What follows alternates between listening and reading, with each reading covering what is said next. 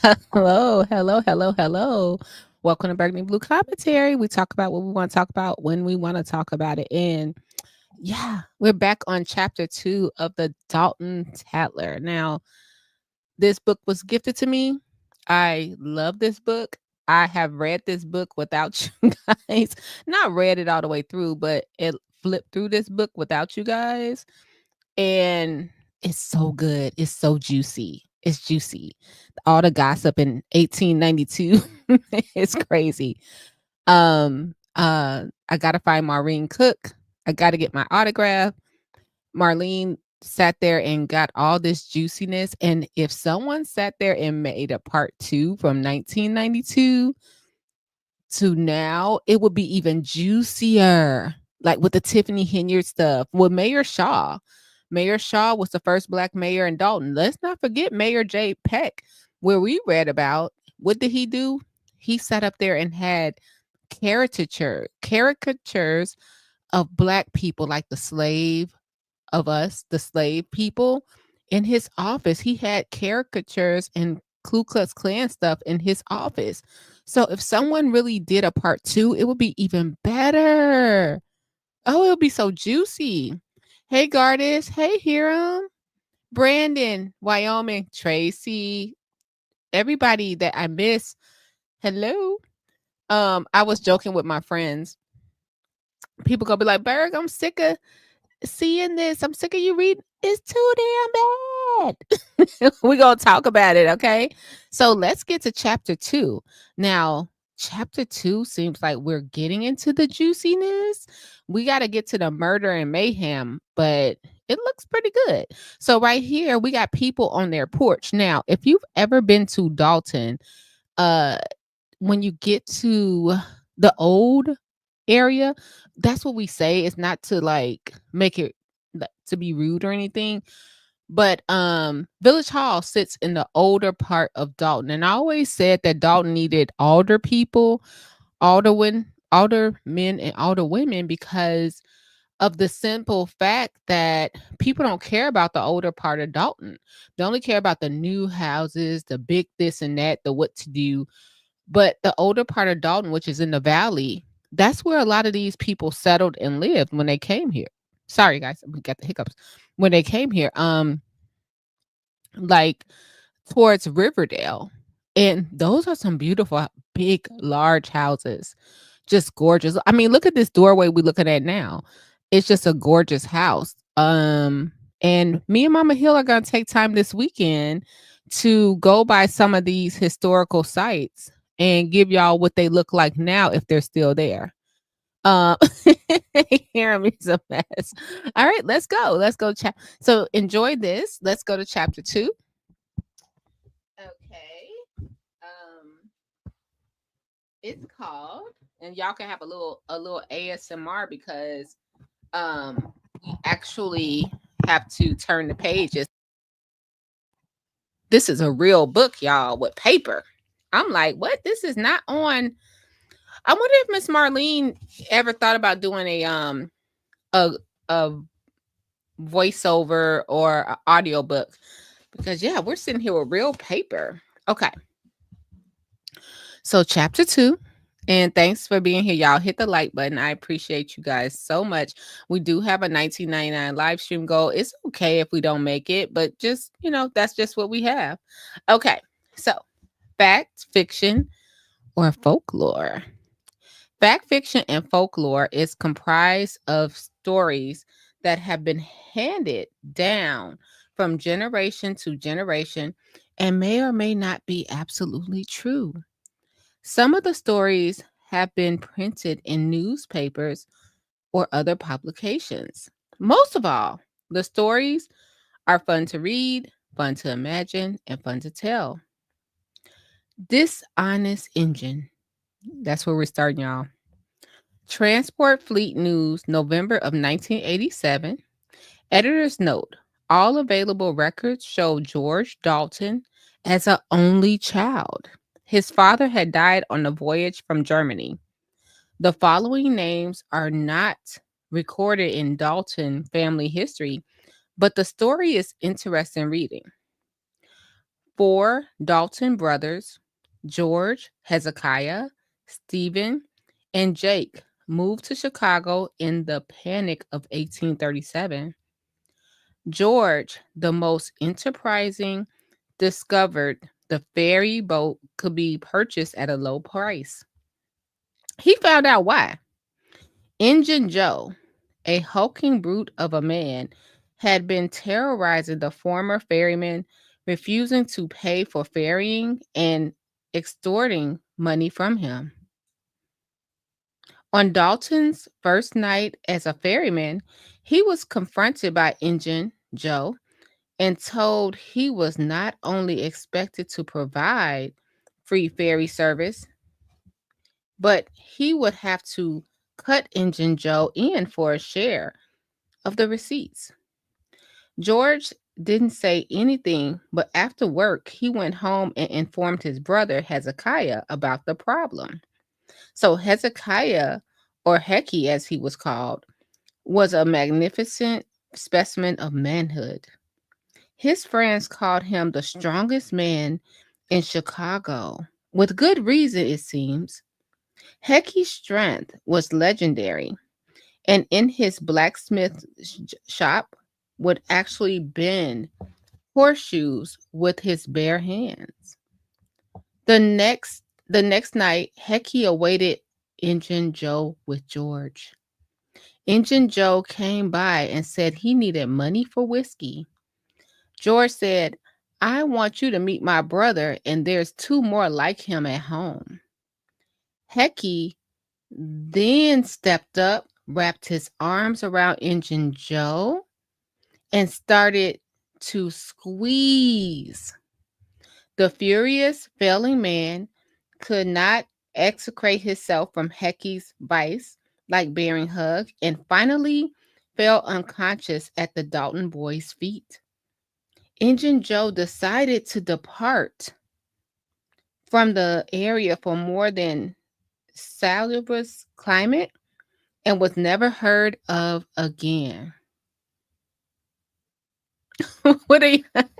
It's Injun. Ingun. Ingun. Yes. Oh, wait a minute. Hey, Scott and Gardis, if you guys ever want to read a chapter, let me know. I don't think I want to be the only one to read this whole 12 chapter book, but if you guys want to read a chapter, I can get them to you, and we could pre-record it. I think it would be really cool. But yeah, it's Injun. Ingun. Hey, Ragin. You too. I love it. I love it.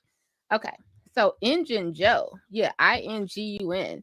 So I'm wondering, because we were on an Indian, we were here on Indian land, Native American land, if that's why they called him that. Okay. All right. So Injun Joe decided Injun Joe ran from the white people. And nobody heard of him because of big old Hecky. Okay. So Honest Injun, and that's Ingun. Dr. Carl Thompson's wife enjoyed sitting on her porch, now 138th Street at Lincoln Avenue, telling stories. Kathy Keel Cheek, as a young child, lived next door and enjoyed listening to them. She especially liked this one. One day, a band of Indians came to Mrs. Thompson's back door and scared her half to death. She didn't understand what they wanted, so they went inside, took all of her silverware, and retreated. No one was hurt, so she was thankful for that. About 2 weeks later, the same Indians returned. This time, they brought back her silver, all polished and shiny, looking like new. The story is that the Indians knew of the good doctor and that he may be wealthy. The Indians were hosting an important meeting with tribal leaders. They didn't have silverware. They just borrowed it for a special occasion. What? I guess this is the folklore. Yes, we want the Cajun. Oh, thank you. Oh my gosh, Scott and Gardis and Ragin. Oh my God. Okay, I'll scan this over. That would be amazing. Oh, this is gonna be epic. Y'all made me so happy today. I'm such a nerd. Forgive me. Uh So the Indian people came and stole her silverware, polished it, and brought it back. Okay, okay. The Mystery of Injured Joe, Tracy. Tracy, I will let you read it, but you will be colorful. You would crack me up with this. I'd be like, Tracy, give us your version too. Okay. So now we're still on this same page with the people on the porch. And let me tell you something. When we talk about fashion over here, look how people used to dress. Like, can you imagine every day putting on your slip, your dress shoes, oh, if I had to wear a dress every day, I would be so mad. Oh my God, I'd be so mad if I had to wear a dress every day. Slacks, hats. You had to be covered even with your hat. This is interesting. You put on your Sunday's best, right? You know what, Scott? Scott. Don't start. What we got to put Scott in timeout all the time. He is hilarious. Okay, so now we're still on the same page. It said, now that got his goat. Now that got his goat. This story, printed in the Pointer newspaper in May of 1907, might be an example of early humor. So here we go about Billy Dolton. So Billy Dolton, the well-known expressman and village alderman, was initiated into the mysteries of woodcraft through the modern woodsmen of America when an amusing incident happened. So here we go. Several weeks ago, the goat used an initiation ceremony. So I guess this is a physical goat, y'all. Became obstrupous, and it became necessary to remove one of his horns. It was thought that he would behave himself after that. Oh my gosh, that's horrible. But as remarkable as it may seem, there are but several members in the whole camp of nearly 100 men who wear a beard, and they were all initiated before the goat was purchased.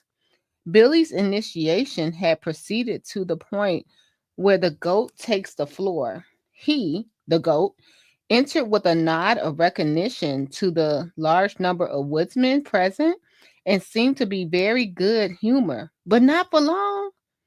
When he set eyes on the new candidate and noticed the flowing beard, that settled it. He made 2 leaps and tore away from his keepers and went for Billy's whiskers. Billy, a strong man of 6 feet 4 inches, got the goat by his one horn and tail and threw him over the head and across the room. The dazed goat was re-examined by the Lunacy Commission, and it was decided that the goat was suffering from brainstorm caused by insane jealousy. He was ordered put on bread. Wait a minute, hold on. Let me see if I'm reading this right.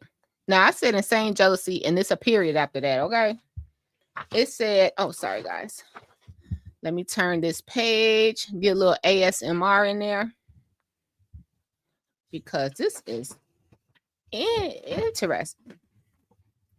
So, it says, he was ordered put on bread and water and placed in solitary confinement. This will be a good lesson to the beast, and hereafter he will know his place. Isn't that crazy how they treat animals? Like, I'm sorry, like, that's just insane. Like, they done took the man horn, the goat, it's a goat, right? The billy goat horn, and then one of his horns, and now they're saying he needs to know his place. Wow. Okay, so rah, rah, rah. Campaigning was for men only. According to Lena Proper in her written memoirs of 1955, when she was 81 years old, when there was an election in the 1880s, only the men voted. Then, when the campaign was on, the men with tin cans filled with oil on a long pole would gather at the schoolhouse on an evening, and they parade with their torches. My father was with them. They parade as far as Kensington on 115th Street, When they came back, they would go to the hall where they would hear speeches of their favorite candidate. Most people were German and Holland at the time. Oh yeah, because let's not forget South Holland. That's where people from Holland and Dutch people, that's where they lived, right? Now, I didn't recall where the German people were from, so maybe you guys can fill me in. Were German people in Dalton or Harvey? This is interesting. You are volunteers. In 1893, every able-bodied man ages 21 through 50 were required to either pay $1.50 in a head tax or labor on the streets or public alleys 2 days each year. How many men were in town? 2 days each year. Okay, here's another one. Not fit for a cow. When Catherine Law Struven came to Dolton, she was horrified, according to her granddaughter, Kathy Keel Chake. Her brothers, Henry and Pete Lau, came here first to work in the steel industry. They sent letters back to the family in Kiel, Germany, telling them how great it was in America. They even sent 10 whole dollars, a gold piece, through the mail to show they had money enough to throw away if they come. My grandfather, Max Struven, came first without my grandmother and the kids. He was a shipbuilder in Germany. Early steel workers came with the knowledge from Europe. My grandparents weren't farmers, they were city dwellers and had nice things. My grandmother had curtains on her windows, went to the theater.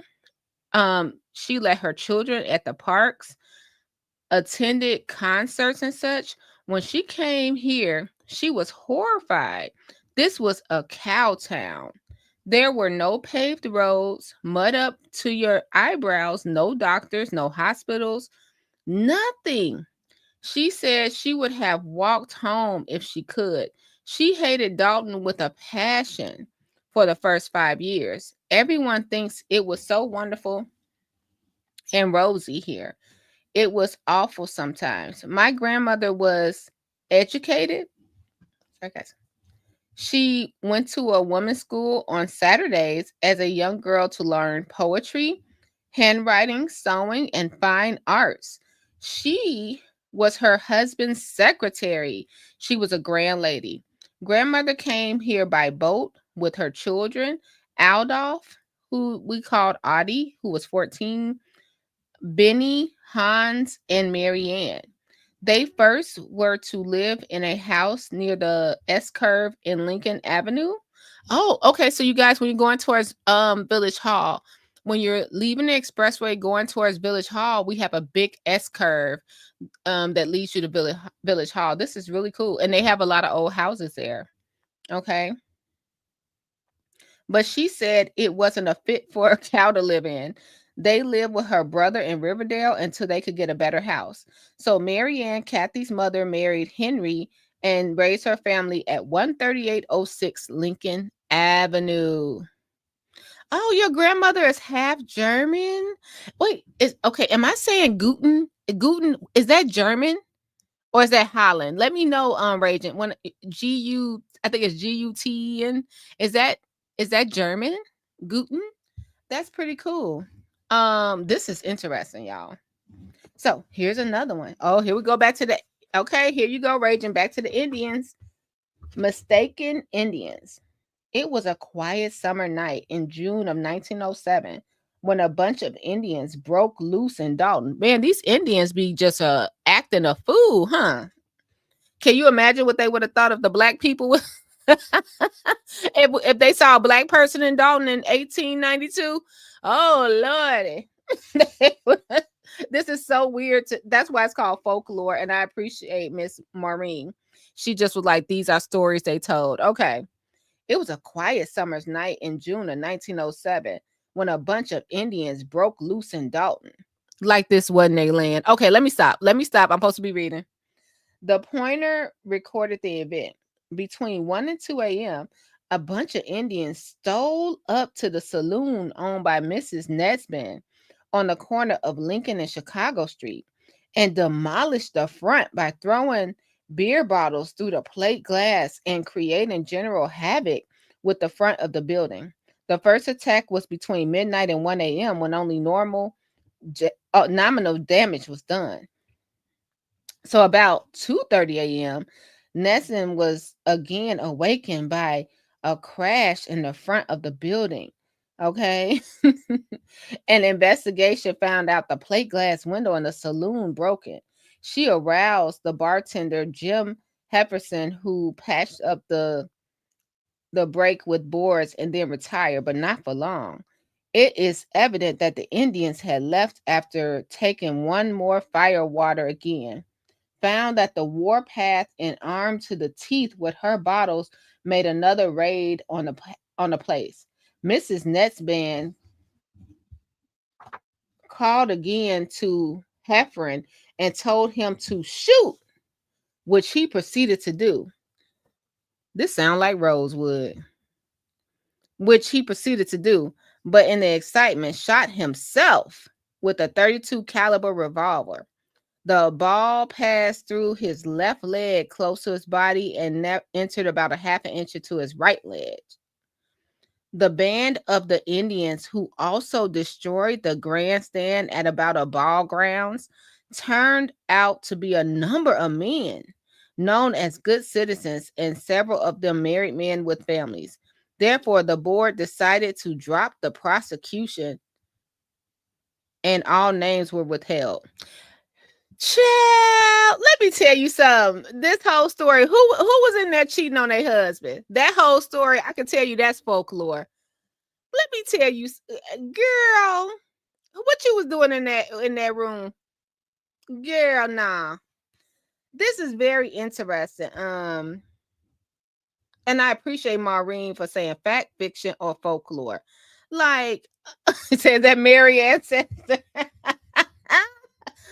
a minute. Like, the Indians, not y'all done stole the people land now. George came over here, first of all, Mr. Matthew came over here first, stole the land. Then George stole the land from Mr. Matthew. And now we sit over here talking about the Indians are the problem. Okay. All right. You can't handle the truth. This book is interesting. Okay. But this is what they said. I would love if it was this is interesting just to see how this town was built. It's very interesting. All right, let's go one more. It says just one more. Mrs. Williams Cooper addressed the board on May of 21st, 1917. So y'all, she was at the podium as a representation of the Cook County Women's Temperance Union and asked, Cook County Women's Temperance Union, and asked if the board planned on to enforce a Sunday closing law for Dolton's 7 saloons. Even back then, y'all, we was the alcohol town, baby. And presented a petition bearing 204 signatures. Mrs. Cooper demanded an immediate answer. Trustee Fred Weber was angry and said, 2 years ago, we passed an ordinance which keeps saloons closed Sunday morning, and I think that is sufficient. If we close our saloons all day Sunday, it won't be long before they ask us to close them altogether. We must look at the $3,500 we get from saloons license that we use to fix up our street, and we need every dollar of it. The board had recently purchased the Park Avenue School and had a big debt. Without the liquor license money, taxes would have to be increased. He further defended that, oh, wait, I got to go to the next photo. I'm sorry, y'all. This is the page that I'm reading from. I'm so sorry. We got our girl, she acting like Sexy Red right here. She's squatting. Let's see. Let's go to our girl right here. There she is. Okay, they will have to be increased. He further defended his opinion with look at North Harvey. Ooh, we're getting to Harvey. Look at North Harvey. There is not a saloon there, and people still get their beer. It is delivered partly by a beer peddler who pays a $10 fee, and the rest is delivered from the department stores and you will find more drunks in Harvey than Dolton.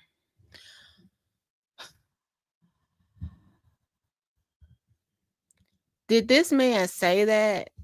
Did this man say you will find more drunks in Harvey than Dolton? More, you prayed us in on unity. You prayed us in and came with the most divisive speech I heard in my life. Don't pray for me no more. Okay.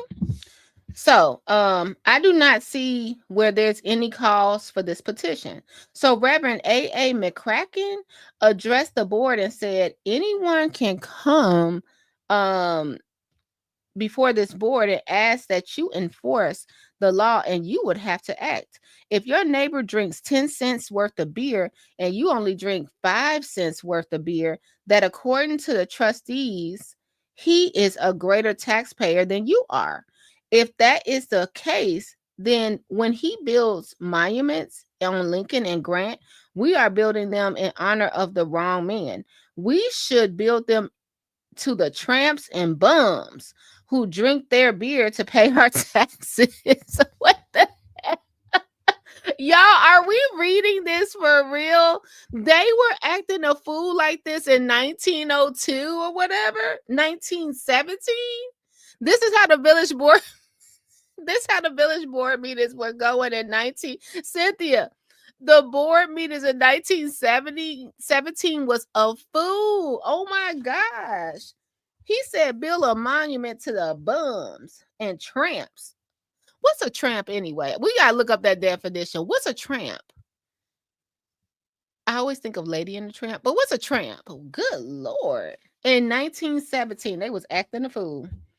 We should build them to the tramps and bums who drink the beer and pay our taxes. I guess the reputation of Grant hadn't been told yet. That's what Marlene put.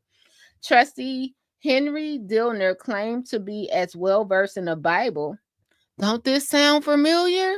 History repeats itself. And as the Reverend McCracken had asked, who made the first drink? I have run a saloon for 21 years and I am not the worst from it. He then stated to act intelligently on the petition. He would have to compare the names with the register. Dillner went on to say, we have accepted a fee of $500 from each saloon keeper, which allows him to run 365 days a year. And beside, I see names on this petition of young men who would go as far to Joliet. Joliet is far for a drink. Joliet is far from Dolton. I would say, if I have guardians in here still, anybody from Illinois, I would say it takes me 30 minutes to get to Joliet. Maybe more. I would say that. And I'm assuming this is before toll road, so they probably took the Joliet. If I'm not going that far to Joliet for a drink. Oh my gosh. So Mr. L. Harm said, when you trustees took your oath of office, you swore to enforce the law. Now it's up to you to do your duty. So Mr. Thomas Kinney said, when I first came to this area, I was a very slender and envied. Okay, hold on. I was very slender and envied the robust German. But as I got to using beer, I too began to put on flesh. When the brickyard man comes into the saloon on a hot day after a hard day's work, it's a pleasure to him to lift a big glass filled with foaming amber fluid. And besides, it's not right to close saloons on one side of the line and have them open on the other. So, man, he needs to get into advertisement. It makes me want a nice cold beer, and I don't even like beer. Beer tastes like fuzzy water to me, but I like the way it looked. And he described it really good. Mrs. Cooper told Kenny he was out of order and added, we want your answer now. So Trustee Charles Smith called the questions. Are we going to enforce the state law? Votes were yay by Trustees Kaser, Smith, and Waddle and Harms, and nay by Trustees Weber and Dillner. So Mrs. Cooper thanked the board for their favorable action. However, no record could be found that the saloons actually closed all day on Sundays because they didn't. They didn't. They did not close on those Sundays. They did not. They still not closed on Sundays. The only place that stayed dry, not even Harvey, was South Holland. Okay. So there was a bar next to the village hall way back then too. Yep. Hey, Miss Asia. Hey, Aaron. I ain't thirsty no more. Yeah, Joliet. Can you imagine going to Joliet for a beer garden? Joliet, and then to come back home, that is too far. Like by that time, my taste for a beer would have been over with. I'm a margarita girl, and I would have never went to Joliet for a margarita. Okay, here we go. What a bargain. So Max Abraham showed them. In the early 1920s, Max Abraham purchased a house that was, here we go, y'all, literally standing on a 45-degree angle at 504 Washington Street. His son, Irwin, said that Dolton Bank sold him the property for $1,500. I guess they figured the old German didn't know any better and the house was going to blow over in the next windstorm anyway, so they sell it cheap. The property was leaning because it was built on wood that had rotted. It had no basement. Max put concrete blocks under the house, built it up, and put it in the basement to make the house as solid as a rock. So Irwin said, and that house is still standing in 1992.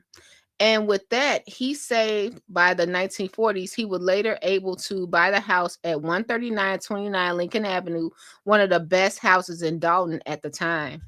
I'm trying to picture that. I want to say that is by Trophies R Us.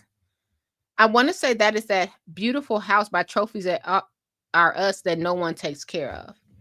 Okay, so hair raising.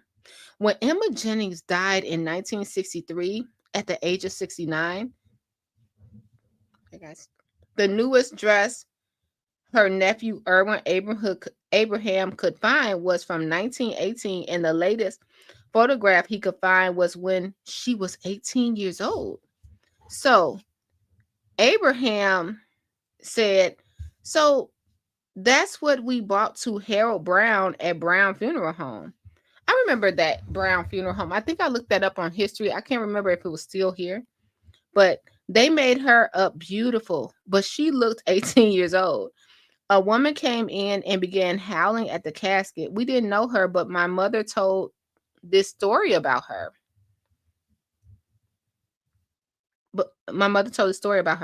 As a child of about 4 years old, this woman had been put out of the house in the morning by her mother and told not to come back until supper time. What? Wait a minute. Hold on. Did I read that right? As a child of about 4 years old, this woman had been put out of the house in the morning by her mother and told not to come back until supper time. She was 4? 4? Tracy said BP capital. What was these women doing? Well, I guess they was doing what my girl right here squatting down was doing over here, because what were they doing out here in the 1912s? Okay. Auntie Emma took her in and cared for her. She had read the obituary in the paper, but when she saw her looking so young, it was just too much for her. The same woman requested Emma's hair. And Auntie Emma, who wore a bun, cut her own hair and stuffed it in a mattress and pillow covers. There must have been 8 or 9 covers filled with her hair. The woman got it all. I never did know why. Maybe to make wigs? Okay, here's another story. It was in the late 1940s when there was a train derailment on the C and EI at the old Dolton Depot on Lincoln Avenue. Kathy Chake remembers it well. We were listening to the radio, holding an antenna wires together for better reception. It was 6 o'clock and the Lone Ranger was coming on. Ooh. My brother Mark had blue pajamas with feet on, and I had on red pajamas. A freight train had derailed. It was a terrible accident. The rail cars had gone through the part of the station that would have killed the station's master, but he wasn't there. He had gone to dinner. Cars there scattered up and about, all up and down the main line. Black paint splattered all over the place, and mail was scattered all over from the mail car. The locomotive was one of the east was on the east side of the track, and the fire department came. Okay, for fear it would ignite the houses. He hadn't heard the noise because we were so engulfed in the Lone Ranger, but my uncle came over and got us. The dad bundled us up and we went to see what happened. It took Derek's to pull the engine up again. That was big excitement. Isn't that crazy? The Lone Ranger. We remember, I remember, thank goodness we didn't have to sit there and listen, but I remember people saying stories where they would sit around the radio and listen to the Lone Ranger. That's interesting. So in the late 1950s, there was an alleged house of ill repute. Ooh, hold on. Here go the juiciness. Hold on, y'all sit back. Hold on. Let me pull this page back. A house of ill repute? What? Okay, let's go. So it said in the late 1950s, there was an alleged house of ill repute over on Harper Avenue. Pat Manning, former police chief of Dolton, who retired and moved to Arkansas, but came back to Dolton every chance he got, roars when he tells this story about Grover Cogswell, the Dolton police chief before Manning. Oh, Grove, he put the house under surveillance. He was doing it himself. I'm sorry, y'all. He tried looking inside the house, but he couldn't see. So he climbed up on a tree to get a better look, but he still couldn't see anything. He decided to peek under the back door. There he is on his hands and knees with his nose at the bottom of the door. To his surprise, on the other side of the door was a big old dog sniffing his nose. Old Grove really moved in. Oh my goodness, that is funny. Y'all, a house of sound like the moldy house Tiffany was. Tiffany did have an old house. It might have been Tiffany house. Yep. That's a good one. Okay, here's another one. It's titled Pigeon Drop. So this is all gossip, y'all. So according to Mrs. Earl Kruger, granddaughter of Mrs. Carrie McGinnis, one of her neighbors were in the quote valley. Now the valley is past the tracks, past the when you go to the old village hall and the library, when you cross those tracks, that's the valley, y'all. Okay. Had a lot of fun with the kids. She wrote, Art Fisher was considered to be odd. He started with a frame house, but he encased it in stone, almost boulder side. Each night, he would climb on a scaffold with his stone and red mortar and put a stone in place. No one would ever add a room to that house. Someday, the entire interior will collapse, but the outer fortressness will remain. Art had a pigeon coop where he kept homing pigeons. He would promise a boy that if he would mow his lawn, he would give him a pigeon. I sit outside my house and watch and laugh because even Bud, Megan, Arfonzie, oh, they said Arfonzie, was out there cutting Art's grass. Of course, the pigeons flew right back to Kanawha. That's down in the valley, y'all. But Art had the talent to real con man and usually got a second cutting out of the kid by promising again to give him a pigeon. Maybe that's why the barn burned down. When Art would start his I've got an elephant in my basement routine, I go inside and watch. He'd tell them that he could not look because they would scare the elephant. He put up a battle to keep them from looking, but of course he had to eventually go for the supper. The disbelievers ran to the basement window to see if the non-existent elephant existed. Ooh, here go another juicy one, y'all. Bootleg hooch. So rumors have circulated over the years about various locations making bootleg whiskey. And most of them tried to connect Al Capone and his gang to the Dalton activity. Oh my gosh, y'all, and that could be because Al Capone was not far. He was like in, oh, this would be a good story time. Maybe history. We could all join in. Al Capone was in Cicero, Illinois, which is in Chicago, west west south of Chicago, right? But he also, the Capones were out there in shoot. If I hate to call on Gardis every time. Gardis, if you still here, where was not Country Club Hills. They were out in Ford Heights and oh, y'all had gangsters too. Carlos Marcello.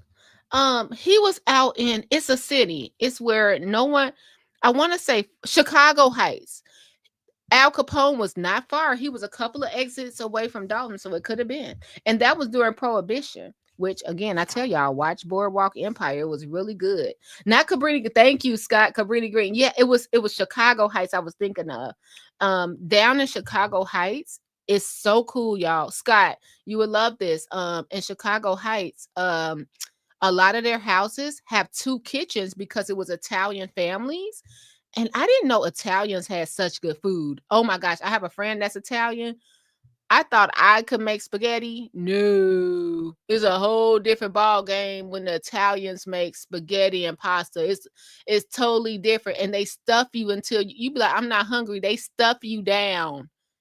I didn't know until I was an adult what the Italians do with food is so good.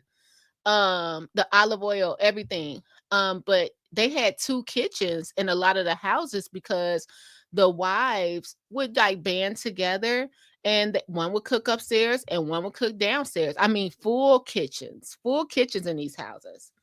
Oh, oh, your grandmother, I never saw two kitchens in a house before until I went to Chicago Heights. So cool. So cool. Okay. So now, where we at now? Hold on. Okay, we at the bootleg hooch. We at the hooch. Ooh, this making me want a margarita. All this happening? Okay, let's go. Okay, so rumors have circulated over the years about various locations making bootleg whiskey, and most of them tried to connect Al Capone and his gang to the Dalton activity. So Maury Albrecht, who has lived in Dalton all his life, was a superintendent of public works for Dalton for many years. He remembers Motorcycle Mike, who lived on Evers and 148th Street. He was Al Capone's right-hand man. He claimed there was a car show once, had a gold Cadillac in it. Someone stole it. Well, come to find out that the gold caddy was under Motorcycle Mike's house. They had, sorry, I was getting hiccups. I'm sorry. They had partitions in the garage and could hide cars. They had partitions in the garage and could hide cars. There were secret passages all around his place. Ooh, we're gonna have to go on at 148th and Evers. I'm gonna try to go by there. He had his own brewery in there too. I was talking to him once. He pressed a button and went right through the wall. Ooh, if someone owns the house on 148th and Evers, go ahead and press your press your walls. Ooh, he came back with a 6-pack. Homemade beer. Good beer too. He has spent a lot of time in jail. So Lever Wernicke Lenover recalls when the houses were built on Shepherd Drive. Now, oh wow, Shepherd Drive is where the post office is in Dalton. It's like the post office right there. And behind that, we have the church or the Kingdom Hall right behind there is Shepherd Drive. Okay. And I'm trying to think. I think Shepherd Drive is pretty new. It's not that many older houses over there. So let me see.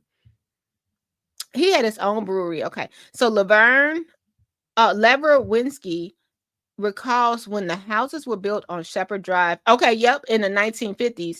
Two of these houses were connected with underground passages. They were raided once. That was excited. Oh, maybe I should stop reading this. I guess, and look, I'm thinking about Shepherd Drive, and the houses are so close, and they're like one level houses. I could totally see it being a tunnel under those houses. Totally. Oh my gosh. So Mrs. Earl Kruger wrote, my dad made root beer and wine in the basement during Prohibition. He never took part in any of the sugar sorting businesses with the bootleggers. He had a 7-day-a-week job while others were feeding their families. Lard sandwiches. Ooh, that gotta be horrible. Lard sandwiches. I bet it fill you up. A lard sandwich? Yeah. Ooh, I don't like lard, so I guess I bet it fill it up. Okay. And so those families did store the sugar for the alcohol being made at the end of 138th Street near the Brickyard. I used to see fancy cars going down the road. And one day when we were walking down the road on 138th Street near my house, I saw a blood soaked raincoat spread in the grass. They said that some hospitals had gang members in the emergency room stationed there to see that a delirious dying man didn't talk too much. That's just one of the rumors handed down. Kids didn't know how much of what. Hold on, guys. Sorry. Didn't know how much of what was going on in that period. Years later, we heard stories from our parents when it was safer to talk about the past. Some old Daltonites believe that Al Capone visited Dolton on occasion to check on his investments here. Some claim he stayed at the brick building at 154th and Chicago Road on the South Holland border. Uh-oh. Uh-oh. 154th and Chicago Road and South. I'm picturing it. 154th and Chicago Road. That's right by Thornton Township. Yes. Oh, wow. I could see it. Okay. On the South Highland border, one woman who owned the property several years back rented the property and used her story, Al Capone slept here, as a selling tool. Another source said Al Capone had a whiskey still in a garage on Woodline and 142nd. I could see that too. Still, another said a still was part of Spina's restaurant and lounge on Lincoln Avenue east of Sibley. Former Mayor Tom Harper said he remembered as a child there was a family on Monroe that were bootleggers. He said he hung around that family at the gas station on Chicago Road and Stewart Avenue. Is that fact or fiction? No, wait a minute. But see, Gardis, 154th of Chicago Road. Let me think. So Sibley, where's Thornridge? 150th, right? That's what I'm wondering. Is that where the beat up gas station? Here go the bootleggers, y'all. Here they go. Here they is. They look pretty cool, whoever they are. This is a picture of these 5 men were among the employees at Wisconsin Lime and Cement Company in 1901. The man in the center is Charles West, who lived in the valley and was the father of Gladys McGinnis, who is 100 years old in 1992. Aw, that is really cool. Man, can you imagine posing for a picture that back then? You know how you pose for a picture now. People like, let me see how I look. You just pose for a picture that came out great. Except for the dude on the right, his face all blurred out. We don't even know who he is. Okay, so friendship. So Mildred Olson and Augusta Gusty Braun Locker were born in Dolton in the 19 teens and have been friends all their lives. In fact, their mothers were friends and they worked together in Sugar Beet Garden that they shared. There were in their mother's Hubbard dresses. Both moms were heavy, so neither knew the other were pregnant. We were born 9 weeks apart, explained Mildred. While growing up, the two friends used imagination for fun. Mildred and Gusty laughed as they recalled playing in Gusty's attic in the house on Sheridan. There was a red baby buggy up there, and we get dressed up in fancy clothes, and one would get in the buggy and the other would push. we had a lot of fun, but oh no, we never did that outside, only in the attic where no one would see us. The two friends would go to Dolton Theater where they could we would go to the show for a nickel. Y'all, when I grew up, it was called the dollar show. We would pay $1 to go to the movies, and the movies were out the theater already, and they would just replay. We would pay $1 to go to the movies and 50 cents for popcorn. It was so good back then. I wish the kids had that now. And it was an arcade in there. It was so awesome. The two friends would go to the Dolton Theater when they could. We would go to the show for the nickel, but we didn't get too many nickels. Our dad worked for the brickyard and didn't make that much money. He'd walk home at 4 o'clock in the morning, said Gusty. Okay, I want to pause right there because that's crazy to think Dolton had all those labor jobs, blue collar jobs where people can work and walk home. You don't see that now. Like they could really work, make a wage, and walk home. Oh my gosh, awesome. So Mildred's dad took her to the photographer every time she got a new dress. She was entered into a baby contest, and she said, Dad took extra care of me. As the girls grew, they advanced to more adult entertainment. Mildred said the Gailey girls had dances, and we would go. Those days of the Charleston and such. I played piano, and I played the song, A Good Man Nowadays is Hard to Find.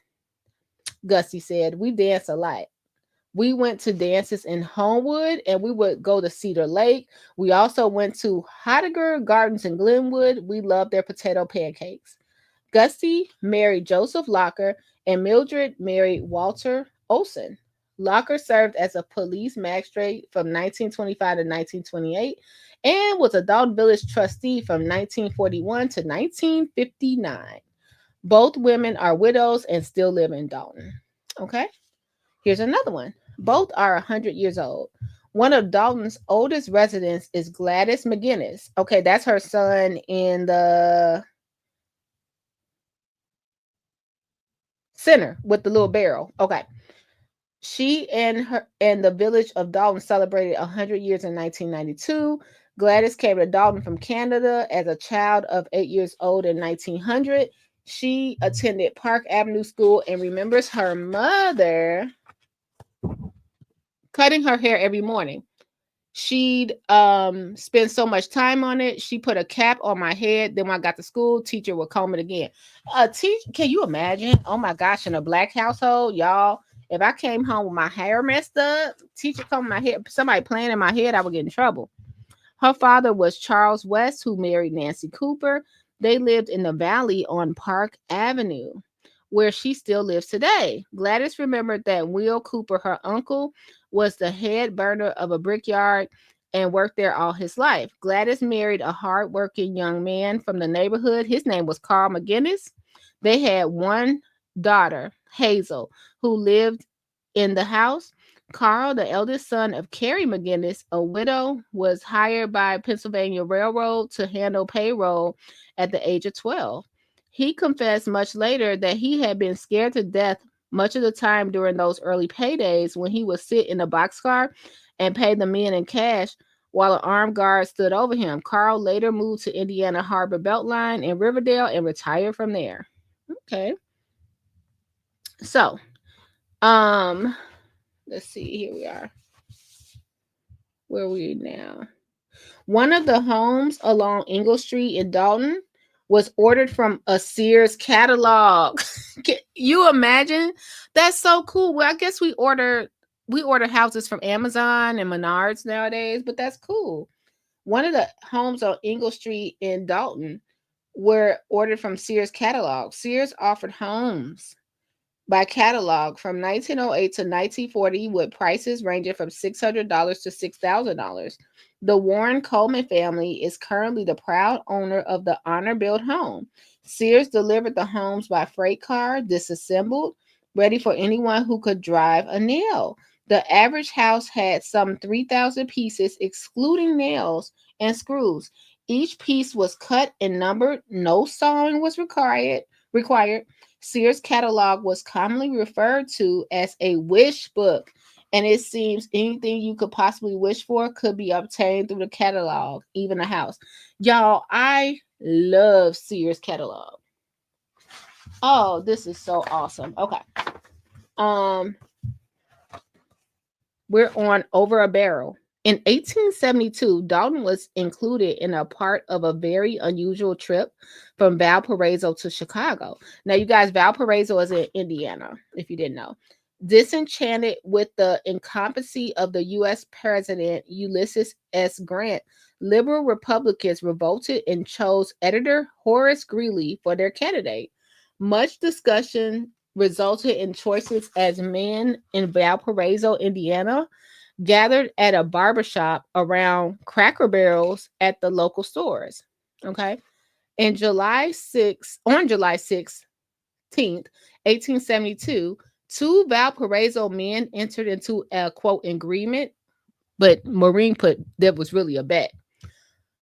Lauren Pomeroy and Edward Drago agreed that if Grant were reelected president, Drago would wheel Pomeroy from the courthouse in Valparaiso to the courthouse in Chicago. If Greeley won, Pomeroy would wheel Drago. Grant won the election, and on Monday, November 11th, the Valparaiso Silver Cornet Band played while hundreds cheered the two men onward. The road was hard and long. They chose to stay south until reaching Dyer, Indiana, to avoid swamps and sand. They were cold and exhausted. They passed through Dolton, and look, they used to spell Dolton Doulton at noon on Wednesday and made it to Chicago Courthouse at 10:20 a.m. on Saturday, a 5.5-day trip. The young men expressed themselves highly satisfied with the trip and good treatment as they received along the way. So she took this story from Porter County Hospitality.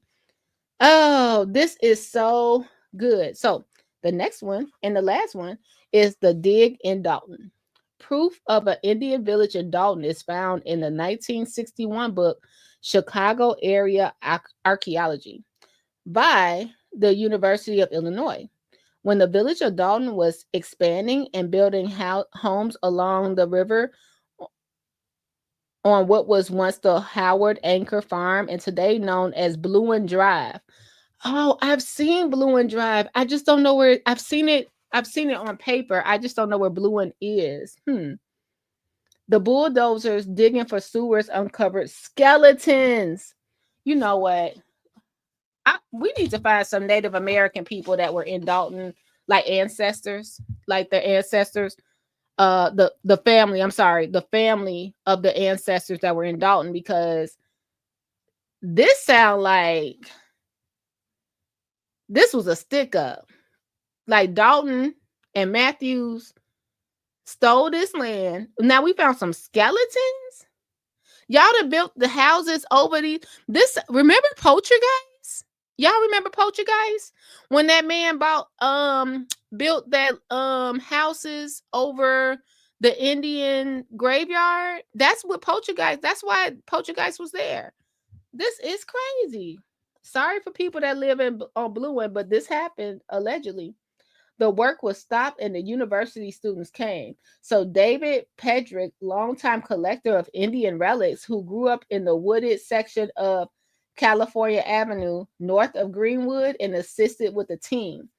Dave became interested in Indian artifacts collecting when the Achievement Club at Burger School, Burger Vandenberg, they just remodeled it, asked the class to show and tell hobbies. He didn't have one, but he knew the principal, Jim Templeton, a collector of Indian artifacts. He was on deadline and blurted Indian relics. Now he had to make a lie a reality. He began searching for arrowheads and began finding them with scrapers, owls, bows, bone tools, and pipes. He even found a genuine calumet, a piece of pipe known only in the area. With Pedrick's help and that of Theodore Shappas, the archaeology team went to work. It proved to be the first site in this area where a house was located. It was a long oval structure probably constructed of small saplings driven in the ground, bent and tied together in the center, and covered with matting or bark. The amount and quality of items found in the graves indicated that these Indians must have been wealthy. Oh my gosh. I would love to know more about this because this just don't sound right. I I'm sure they were wealthy and I'm sure they had all the jewels and turquoise. I'm not saying that, but the way they're saying this was a house, it don't sound right. So because I'm sitting here, we're only on the second chapter. So you mean to tell me that George Dalton came here and the Indians, like, basically he gave them some money and they just moved up the where they moved to? Where they go? Where they go? They just sold the land and just walked on out of here. Like, this is crazy. Never has a group of burials from a northern Illinois site produced such wealth and variety for objects. See, that's what makes me curious about this. The group determined that one may have been an arrow manufacturer, one buried with a carved antler bird proved to be different from anything found in this area before. They surmised these Indians traveled and traded. The site revealed hearths, burials, and refuse pits. The study determined that the river was a clear flowing small stream with a clean bottom and must have been a very desirable location for occupation with the three major requirements for a village. Okay, we heard this before. People have told us today Dalton is viable with all the main resources. And now we're looking into this history from this book, and it says fact, fiction, or folklore. But we really can look and see that, sorry guys, we could really look and see that all the main resources were right here. So it says with the three major requirements for a village: water, wood, and suitable land. Patrick said Indians usually camped at the bend of the river where they could see what was coming from both ways. He claims burial plots remain in a large clump of trees with very old maple in the center. All the items buried with the Indians have been taken to museums or become part of private collections. Oh my gosh. And that's the end of that chapter. Can you y'all, now where's the final resting place of the end? Sorry, I'm putting my glasses on. Where exactly, Tracy? Oh, what did y'all learn in school about the history of Illinois? Not this. And this was all like, it's a town here. We saw it. Remember, we were talking about on the channel where the woman who's now the mayor in Sauk Village, she was the clerk. And remember, she had grabbed the gavel from the mayor and was like, if you point this at me, that's called Sauk Village. That was all Indian land. But if you drive through Sauk Village, where is the Indian burial places? Just like Dalton, where's the Indian burial places? Also, don't forget University of Illinois, the Fighting Illini, right? So Illinois, we have that history, but you would never find an Indian grave site. That is very interesting. What? Ray just said they found cans of gold coins in the property near me. Oh my gosh.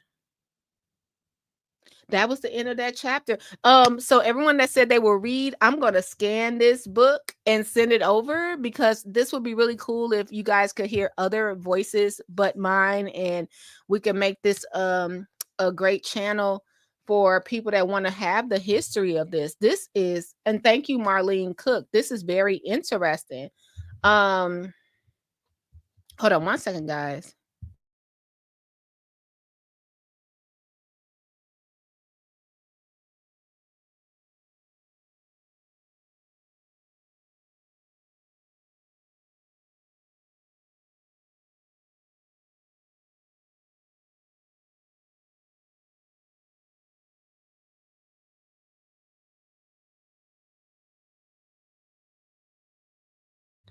And I'm sorry, I'm back. It's crazy to see that this could happen. This could happen, and we're here with it. I'm so grateful to the Blueberry that got me this book, because this is my jam. Now y'all gonna be mad. Y'all gonna be mad. I was telling. This is very interesting. So we're gonna drive around. Where's the Indian burial plots? Where they at? Where they at? This is interesting. Thanks for staying with me, y'all. Look, y'all got about 9 more chapters. So every night you're gonna hear this. So if you get mad at me, this is what I gotta say. I'm tired of this, Grandpa. That's too damn bad! You keep digging!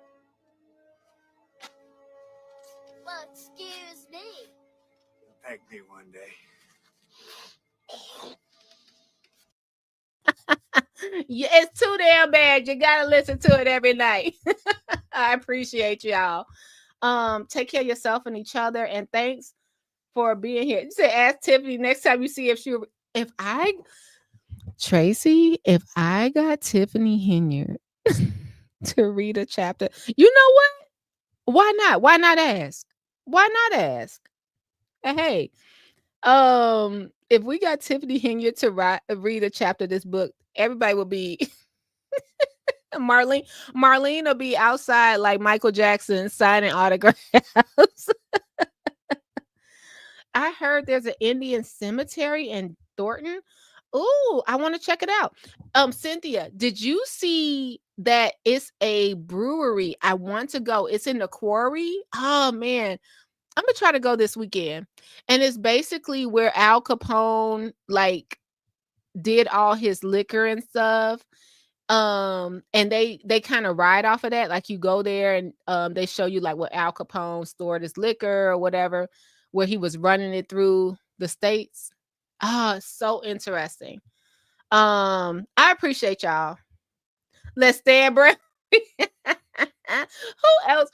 We need Stan Brown to read a chapter.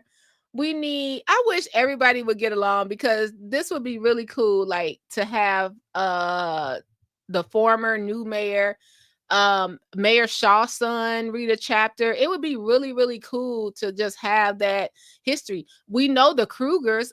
I went to school with some of the Krugers, have one of their ancestors. I mean, I'll think about it. It doesn't hurt to reach out and see if they want to read a chapter. You know what I mean?